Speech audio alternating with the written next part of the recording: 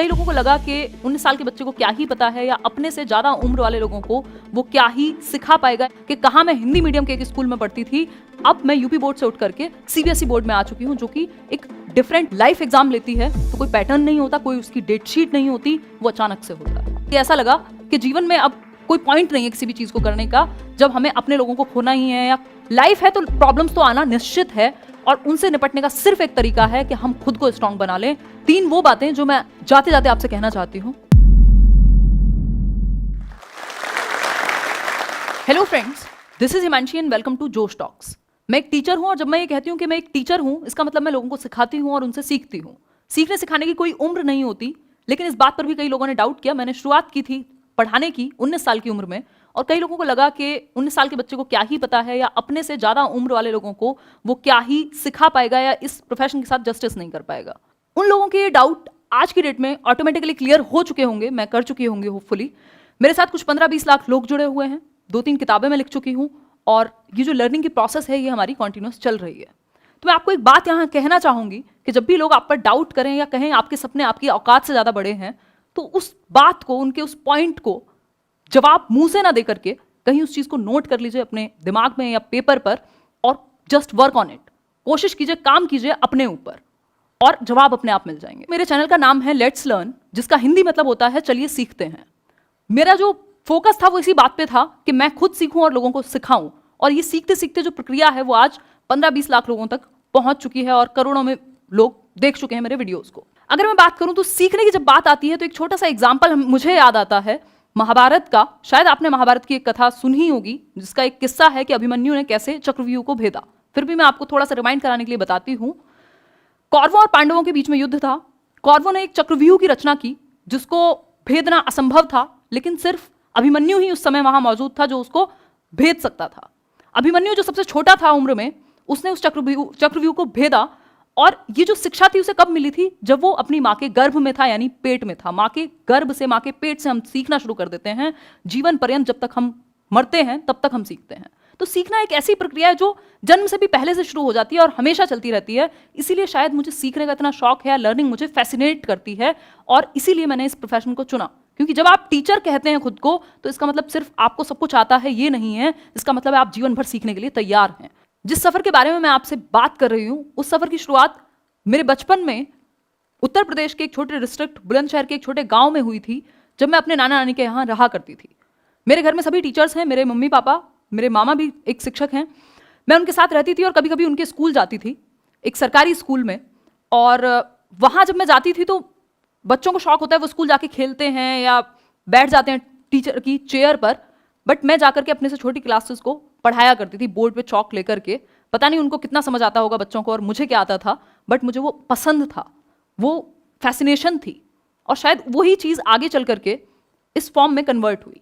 तो मेरी जो पढ़ाई है 10वीं तक की, वो एक हिंदी माध्यम के स्कूल से हुई, यूपी बोर्ड से हुई, और मैं पढ़ रही थी, चीज़ें सीख रही थी। गांव का माहौल मुझे पसंद था, गांव से शहर जाती थी साइकिल से, और अच्छे से सीखना सिखाना चल रहा था। मेरे मम्मी पापा ने डिसाइड किया कि अब 10वीं के बाद की पढ़ाई मुझे दिल्ली से करनी चाहिए, क्योंकि दिल्ली एक बड़ा शहर है, सीबीएसई मीडियम से अगर मैं पढ़ूंगी तो शायद ज़्यादा अच्छा कर पाऊँ। तो उन्होंने ये डिसीजन लिया और मैं दिल्ली आई।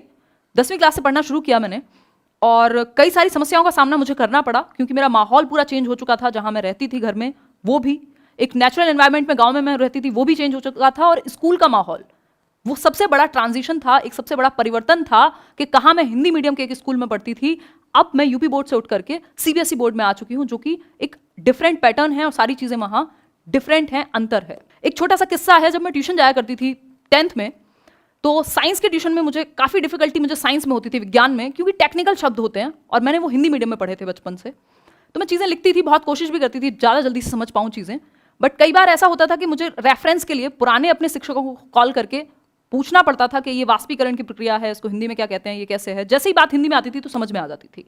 लेकिन सीखना एक अपने आप में जुनून जैसा था, मैं सीखती गई और चीज़ें समझ में आने लगी, और ये ट्रांजिशन भी हो गया।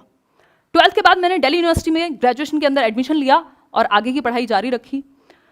3 महीने मुझे हुए थे डीयू में पढ़ाई करते हुए। मेरे परिवार ने डिसाइड किया कि क्योंकि हमारे घर में सरकारी शिक्षकों का माहौल है और गवर्नमेंट जॉब मुझे लेनी ही है, तो पहले मैं एक डिप्लोमा कर लूँ 2 साल का, उसके बाद ग्रेजुएशन होती रहेगी। तो मैंने वो ग्रेजुएशन छोड़ करके डिप्लोमा किया 2 साल का। टीचिंग ट्रेनिंग का, उसके बाद मैंने सीटेट क्लियर किया, जो कि एक टीचर एलिजिबिलिटी टेस्ट है। सीटेट क्लियर करने के बाद मैंने देखा कि ये एग्जाम कोई बहुत भारी एग्जाम नहीं है, जिसमें 95% लोग, 90% लोग फेल हो रहे थे। मैंने सोचा कि मैं इसको कैसे शेयर कर सकती हूँ कि लोग कैसे आसानी से इसको क्लियर कर पाएं। मेरे पास सिर्फ एक साधन था शायद, जो ऑनलाइन था, जिसके थ्रू मैं ये बात पहुंचा सकती थी। मैंने एक देखा कि वीडियो कैसे बनाते हैं यूट्यूब पर, क्या मैं वीडियो डाल सकती हूँ। मैंने देखा और पाया कि हाँ, सभी कोई भी एक वीडियो डाल सकता है। मैंने कोशिश की, थोड़ा सा कुछ पॉइंट्स बनाए कैसे कैसे आप एग्जाम को क्लियर कर सकते हैं। एक 2.5 मिनट का वीडियो हाथ में फ़ोन लेकर के मैंने शूट किया, अटक अटक करके, जिसमें मैं बहुत बार बीच में हम और अटक रही थी। वो वीडियो पहुंचा लोगों तक, लोगों ने पसंद किया, धीरे धीरे ये कहानी बढ़ती गई और आज लाखों लोग ये एग्जाम क्लियर करते हैं। जीवन में जो होता है कई बार वो हमें पहले से नहीं पता होता, लेकिन जो हमारे अंदर से इंट्यूशन आ रही होती है उसके ऊपर हमें काम करना चाहिए। शिक्षक या शिक्षण जो एक प्रक्रिया है टीचिंग की, ये एक ऐसी चीज है, एक टीचर एक ऐसा रास्ता है जो सबको अपनी मंजिल तक तो पहुंचाता है, लेकिन खुद वहीं रह करके अपने आप में बेहतरी की कोशिश करता है। इस जर्नी में जब मुझे अच्छा रिस्पॉन्स मिलने लगा तो मैंने एक किताब भी लिखी अब से 2 साल पहले, 21 वर्ष की उम्र में, और वो किताब बहुत अच्छी चली। आज की डेट में मेरी कुछ 4-5 किताबें और आने वाली हैं।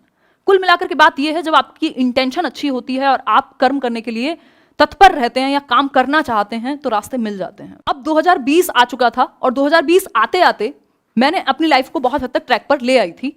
मैंने यूट्यूब को चुन लिया था, इसको एक प्रोफेशन बनाने की ओर मैं लेकर के जा रही थी, चीज़ें सब कुछ अच्छी चल रही थी। बट जब लाइफ एग्जाम लेती है आपका, चाहे मैं कितने भी एग्जाम्स की तैयारी करा लूँ, आप कितने भी एग्जाम्स की तैयारी कर लें, क्लियर कर लें, बट जब लाइफ एग्जाम लेती है तो कोई पैटर्न नहीं होता, कोई उसकी डेट शीट नहीं होती, वो अचानक से होता है। पिछले साल 2020 में फरवरी में मैंने अपने फादर को खो दिया और ये बहुत ही अचानक था। When I lost my father, तो मुझे कुछ पल के लिए या कुछ दिन के लिए या एक पीरियड ऑफ टाइम के लिए ऐसा लगा कि जीवन में अब कोई पॉइंट नहीं है किसी भी चीज़ को करने का, जब हमें अपने लोगों को खोना ही है या मरना ही है। तो अपने फादर को खोने के बाद मैंने ये चीज़ रियलाइज की कि हम जीवन में अकेले आते हैं और अकेले ही जाएंगे। आपको अपने लिए क्या बेहतर हो सकता है या आपके थ्रू क्या बेहतर हो सकता है, ये आपको खुद ही डिसाइड करना है। आप चाहें तो एक कमरा बंद करके बैठे रह सकते हैं, कुछ ना करें जीवन भर, दूसरों पर भी बोझ बन जाएं, परिवार वालों पर भी बोझ बन जाएं, या खुद सामने आए मजबूत बन के और बाकी लोगों के लिए भी चीज़ें आसान कर दें और अपने थ्रू कुछ कॉन्ट्रीब्यूशन दे करके जाएं। मैं मेरे फादर की डेथ के 12वें दिन मैं यूट्यूब पर आई और एक ट्रिब्यूट की वीडियो उनके लिए बनाई, क्योंकि मैं शायद वो अपने लर्नर्स के साथ शेयर करना चाहती थी और उनका भी एक मेरे साथ बहुत अच्छा कनेक्शन था। तो वो 12 दिन तक शायद वेट कर रहे थे कि हुआ क्या है। तो मैंने उस चीज़ को फेस किया, बजाय कि उस चीज़ से बचने के कि मैं चुपचाप आकर के पढ़ाना शुरू कर दूं। मैंने अपनी बात कही और उस चीज़ को, मेरे दर्द को शायद लाखों लोगों ने समझा। जब मैंने ये ट्रिब्यूट का वीडियो बनाया तो मैंने पाया हज़ारों लोगों के कॉमेंट्स थे जो मेरे साथ खड़े हुए थे। जो मेरा रिश्ता था मेरे स्टूडेंट से, वो सिर्फ एक स्क्रीन का नहीं था, वो पेन पेपर का नहीं था, वो दिल का था। इस ट्रिब्यूट वाले वीडियो के बाद जो मैंने हज़ारों कमेंट्स पढ़े, उसमें मैंने पाया कि जितनी ज़रूरत मुझे वापस आने की है, खड़े होने की है अपने परिवार के लिए, खुद के लिए, उतनी ही ज़रूरत मेरे लोगों को भी है कि मैं खड़े होकर के उनके लिए पढ़ाऊँ। शायद बहुत सारे लोग हैं जो किसी दूर दराज इलाके में बैठे हुए हैं, भारत के गाँव में बैठे हुए हैं, जो वीडियो डाउनलोड करके देखते हैं, लाइव भी नहीं देख सकते, इंटरनेट की उतनी सुविधा नहीं है। उनको मुझसे शायद एक उम्मीद थी कि शायद वो एक कोचिंग इंस्टीट्यूट की फीस ना अफोर्ड कर पाएं, बट वो मुझे देख करके उनको एक रे ऑफ होप मिलती है कि वो एग्ज़ाम क्लियर करेंगे। मैं वापस आई, मैंने पूरे जोश से पढ़ाना शुरू किया और जो रिज़ल्ट है वो आप देख ही रहे हैं। हम लोग 16 लाख लोग जुड़े हुए हैं और आगे ये संख्या बढ़ती जा रही है। हर बार जो रिजल्ट की संख्या है वो भी बेहतर होती है और उम्मीदें भी बेहतर होती हैं। एक और बात मैं आपसे कहना चाहती हूँ कि हम सबके बहुत बड़े बड़े सपने होते हैं, हर कोई कुछ ना कुछ करना चाहता है ज़िंदगी में, बट क्या हम एक्शन लेते हैं? वो एक्शन लेने के लिए, वो शुरुआत करने के लिए हमें मोटिवेशन की ज़रूरत होती है। हम बहुत सारे वीडियोस देखते हैं, बहुत सारे काम करते हैं, बट वो मोटिवेशन, वो रियल मोटिवेशन हमारे शायद घर में है, हमारी ज़िंदगी में है।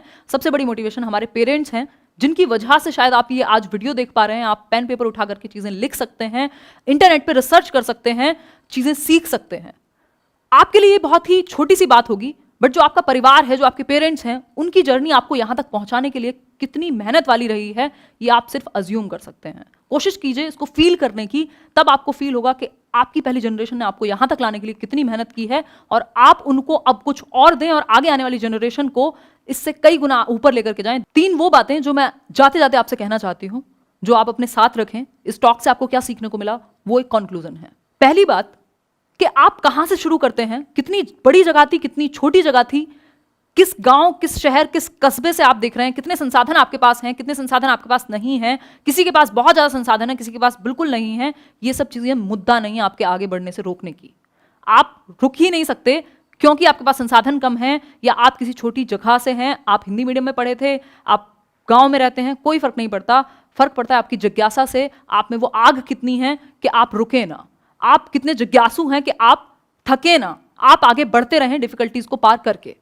दूसरी एक बात, लाइफ है तो प्रॉब्लम्स तो आना निश्चित है, और उनसे निपटने का सिर्फ एक तरीका है कि हम खुद को स्ट्रांग बना लें। जो भी डिफिकल्टीज आएंगी उनको फेस करें, और फेस सिर्फ एक तरीके से कर पाएंगे, खुद को स्ट्रांग करें, रुके ना, थक ना जाएं, दब ना जाएं उन प्रॉब्लम्स के नीचे, और आगे बढ़ते रहें। एक और बात जो लास्ट में मैं आपको कहना चाहूंगी, लर्निंग कभी भी रोकिए मत। चाहे आप लाइफ के किसी भी स्टेज पे पहुंच गए हो, ये मत सोचिए कोई एग्जाम में आप फेल हो गए तो जीवन में आप फेल हो गए। लाइफ में एग्जाम्स हैं, एग्जाम्स में लाइफ नहीं होती, और इस बात को हमें समझना होगा कि जीवन एक अपने आप में बहुत बड़ा एग्जाम है, कोई एक चीज इसको निर्धारित नहीं कर सकती। तो लर्निंग पे फोकस कीजिए, हर जगह से सीखिए। कहीं भी रुकते हैं तो बाकी दिशाएं, एक रास्ता बंद होता है, 4 और खुलते हैं, उन 4 रास्तों को तलाशने की कोशिश कीजिए और पहुंचिए जहां तक भी आप पहुंचना चाहते हैं। कोई उम्र नहीं होती, कोई जगह नहीं होती, कोई एक चीज नहीं है जिसके थ्रू आप सीखेंगे। जहां से आप चाहें, बस दिमाग खुला रखने की जरूरत है हमें। और आखिरी में यही है, बी योर ओन कांस्टेंट। दुनिया आपके साथ हो ना हो, आप अपने साथ होने चाहिए, और हर सिचुएशन में अगर आप अपने साथ खड़े हैं तो लोग भी आ ही जाएंगे, आज नहीं तो कल आपके साथ। तो अंत में यही कहना चाहूंगी, लेट्स लर्न। Thank you. इस वीडियो के बारे में अपनी राय नीचे कमेंट सेक्शन में हमें बताएं, और अपने दोस्तों के साथ ये वीडियो शेयर करना ना भूलें।